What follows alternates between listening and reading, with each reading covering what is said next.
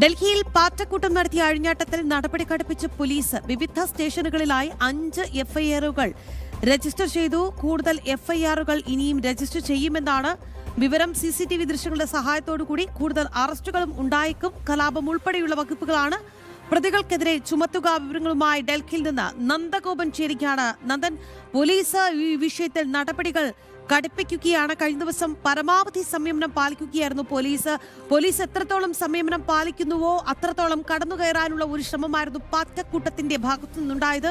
എന്തായാലും പോലീസ് നടപടികൾ എങ്ങനെ?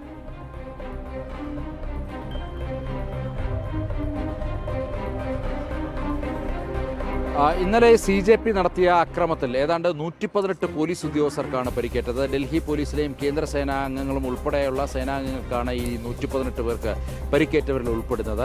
ഈ പലരുടെയും പരിക്ക് തലയ്ക്കൊക്കെയാണ്. ഗുരുതരമായ പരിക്കേറ്റവരുണ്ട്. അതിൽ IPS ഉദ്യോഗസ്ഥർ, സീനിയർ IPS ഉദ്യോഗസ്ഥർക്കടക്കം പരിക്കേൽക്കുന്ന സാഹചര്യം ഉണ്ടായിരുന്നു. ഏതായാലും അതിശക്തമായ രീതിയിലുള്ള നടപടികളിലേക്കാണ് ഡൽഹി പോലീസ് കടന്നിരിക്കുന്നത്. ഡൽഹി പോലീസ് ഇതിനോടകം തന്നെ ഏതാണ്ട് 5 FIRകൾ രജിസ്റ്റർ ചെയ്തു. ഏതാണ്ട് 70-ലധികം പേരെ ഇതിനോടകം തന്നെ കസ്റ്റഡിയിൽ എടുത്തിട്ടുണ്ട്. ഇവരുടെ അറസ്റ്റ് അടക്കം രേഖപ്പെടുത്തിയിട്ടുണ്ട്. കൂടുതൽ പേരുടെ അറസ്റ്റ് അടക്കം ഉണ്ടാകുമെന്നുള്ള സൂചനകളാണ് ലഭ്യമാകുന്നത്. മാത്രമല്ല, ഇതുമായി ബന്ധപ്പെട്ട് പോലീസ് വ്യക്തമാക്കുന്നത് ഇന്നലെ പോലീസ് AI-യുടെ സഹായത്തോടുകൂടി പ്രവർത്തിക്കുന്ന അല്ലെങ്കിൽ AI ഫേസ് ഡിറ്റക്ഷൻ ഉള്ള ക്യാമറകളായിരുന്നു ഇന്നലെ കൂടുതലായി ഉപയോഗിച്ചിരുന്നത്. അതുകൊണ്ട് തന്നെ ഈ അക്രമികളെ കണ്ടെത്തുവാൻ വലിയ വിഷമമില്ല എന്നുള്ളതാണ് ഡൽഹി പോലീസ് വ്യക്തമാക്കുന്നത്. കൂടുതൽ FIRകൾ രജിസ്റ്റർ ചെയ്ത് അറസ്റ്റ് അടക്കമുള്ള നടപടികളിലേക്ക് പോലീസ് കടക്കുന്നു എന്നുള്ളതാണ് മനസ്സിലാക്കുന്നത്. ഏതായാലും ഇന്നിപ്പോൾ ജന്തർ മന്ദിറിൽ സമാധാനപരമായി തന്നെയാണ് ഈ പ്രക്ഷോഭം മുന്നോട്ട് നീങ്ങുന്നത്. ഏതാണ്ട് 100-ലധികം ആൾക്കാർ മാത്രമാണ് ഇന്ന് ഈ പ്രക്ഷോഭത്തിൽ പങ്കെടുത്തിട്ടുള്ളത്.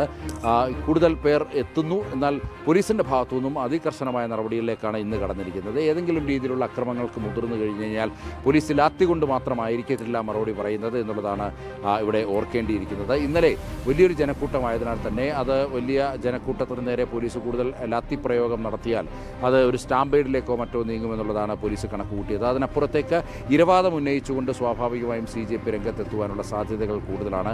ഇന്ന് ഇതിനോടകം തന്നെ പ്രതിപക്ഷ നേതാവ് രാഹുലൊക്കെ തന്നെ CJP പ്രവർത്തകരെ അടിച്ചു, അവരെ പോലീസ് ക്രൂരമായി മർദ്ദിച്ചു തുടങ്ങിയ ഇരവാദം ഉന്നയിച്ചുകൊണ്ട് രംഗത്തെത്തിയിട്ടുണ്ട്.